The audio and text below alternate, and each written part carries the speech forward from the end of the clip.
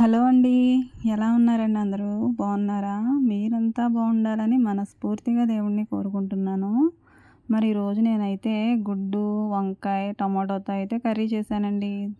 అదెలా అంటే మా విలేజ్‌లో అందరూ కూడా గుడ్డు, వంకాయ అనేది వండుతారండి కామన్‌గా.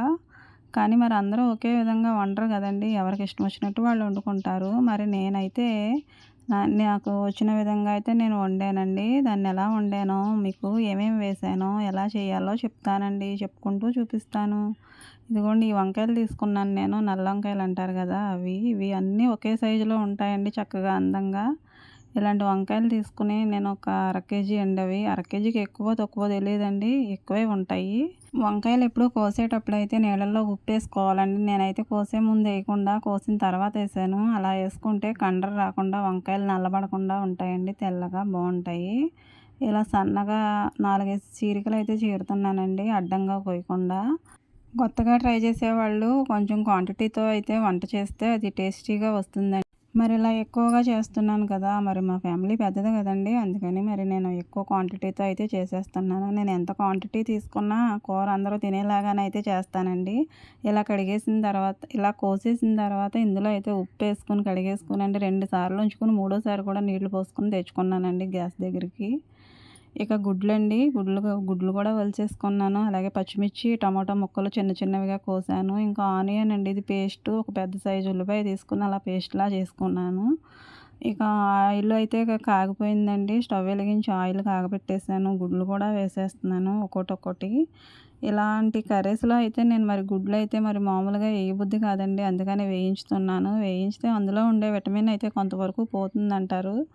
అయినా మరి ఇలాంటి కూరల్లో మరి ఇలా వేయించితేనే నాకు ఇష్టమండి. అందుకే ఇలా వేస్తున్నాను. అదే ఆయిల్‌లో ఇంకా ఉల్లిపాయ పేస్ట్ కూడా వేసేసి దాన్ని కూడా బాగా మగ్గనివ్వాలండి. పచ్చిమిర్చి కూడా వేసేయవచ్చు వెంటనే, నేను మర్చిపోయాను తర్వాత వేస్తున్నాను. తర్వాత టమాటో ముక్కలు కూడా వేసేసి ఈ మూడిటిని కూడా చక్కగా మగ్గిపోయేలాగా వేగనివ్వాలండి. ఇంకా మరి టమాటా ముక్కలైతే ఇలా ముక్కల్లా కాకుండా పేస్ట్‌లాగా చేసేయొచ్చు ఉల్లిపాయ పేస్ట్ చేసినట్టు. కానీ మరి నేను ముక్కల్లాగా అయితే తీసుకున్నానండి. ఇంకా వేగిపోయినాయి అనేసి నేను ఇంకా అందులో ఈ వంకాయ ముక్కలు కూడా వేసేసుకుంటున్నాను. ఈ వంకాయ ముక్కలు కూడా వేసేసిన తర్వాత దాన్ని శుభ్రంగా అటు ఇటు తిప్పుతూ కలుపుకోవాలండి. మొత్తం ఉల్లిపాయ పేస్ట్ అంతా ఈ ముక్కలకు పట్టే విధంగా.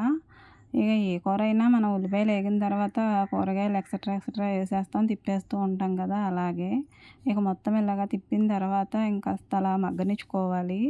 వెంటనే మగ్గిపోవు కదండీ! ఎక్కువ క్వాంటిటీ కదా! కాస్త అలా మగ్గనిచ్చాను. నాకైతే ఎక్కువ టైమే పట్టుద్ది కూర వండడానికి.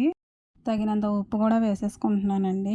ఉప్పు అయితే నేను కొంచెం తగ్గించే వేస్తాను. తర్వాత యాడ్ చేసుకోవచ్చు అనేసి. ఎక్కువైతే బాగోదు కదా! అలాగే పసుపు కూడా వేసేసుకున్నాను.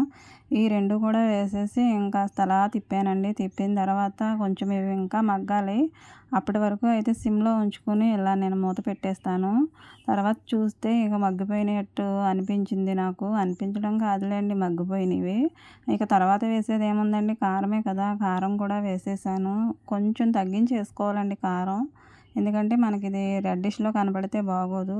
అందుకనైతే నేను కొంచెమైతే కారం అయితే తక్కువ వేసుకున్నాను. తర్వాత అయితే నీళ్లు సరిపడా పోసి నేను ఇక మూత పెట్టేస్తానండి. దీన్ని మొత్తం అంతా ఇలా రౌండప్ చేసేసి. మరి ఇందులో నీళ్లు యాడ్ చేసుకునేటప్పుడు కూడా తక్కువగా పోసుకోవాలండి. కొన్ని నాకు ఎక్కువ పడిపోయినాయి. ఎందుకంటే ఇవి లేతగా ఉంటాయి కదా వంకాయలు, పేస్ట్ అయిపోతాయండి నీళ్ళు ఎక్కువైతే. అందుకని తక్కువ పోసుకోవాలి. ఇక ఇది ఇలా అయిపోయింది. మూత అయితే పెట్టేస్తున్నాను. సగం అయితే ఉడికిన తర్వాత చూశానండి.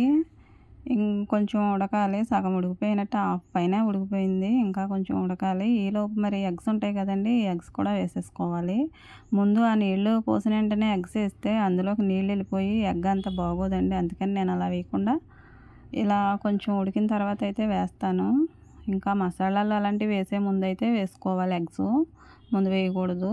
ఇక ఇవి కూడా వేసేసి కొంచెం ఇవి కూడా మరి ఆ పులుసులో కొంచెం అలా అలా కలపాలండి. కలిపితే ఈ గుడ్లు, ఈ కూర కూడా యాడ్ అయిపోతుంది బాగా. ఒకదాని ఫ్లేవర్ ఒకదానికి పట్టుకుని బాగుంటుంది. ఇంకా ఇది ఇలా అయిపోయింది.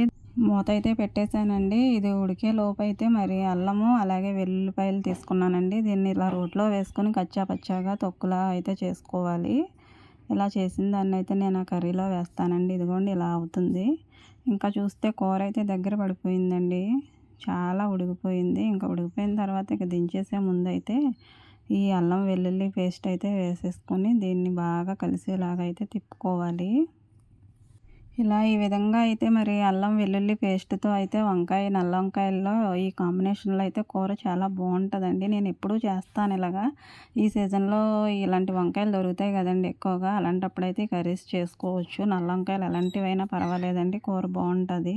ఇంకా అల్లం వెల్లుల్లి పేస్ట్ వేసిన తర్వాత నేను సిమ్‌లో పెట్టుకున్నానండి. తర్వాత చూసాను కాసేపు ఆగి ఒక 5 మినిట్స్ ఆగి కూర అయితే బాగా దగ్గర పడిపోయింది. ఆయిల్ కూడా అలా పైకొచ్చేసింది కదండీ! అలాంటప్పుడైతే మనకి కూర బాగా రెడీ అయిపోయినట్టే అయిపోయింది. ఇక బబుల్స్ కూడా వచ్చేసినాయి. నూనె కూడా పైకొచ్చేసిందంటే ఇంక కూర ఆఫ్ చేసేయొచ్చు అని అర్థము. మరి ఇలా చేశానండి నేను ఎగ్ తోటి వంకాయ వేసి. ఈ రెండింటి కాంబినేషన్ చాలా బావుంటదండి. మాకు చాలా ఇష్టం. ఇక స్టవ్ కూడా ఆపేసాను. పిల్లలు ఇష్టంగా తింటారు. పెద్దవాళ్ళు ఇష్టంగా తింటారు. ఎప్పుడూ తినని వాళ్ళు కూడా తింటారండి. ఇలా అయిపోయిన కూరని వేడి వేడి అన్నంలో వేసుకొని తింటే ఉంటదండి. చాలా బావుంటది. ద బెస్ట్ కాంబినేషన్ అంటారు.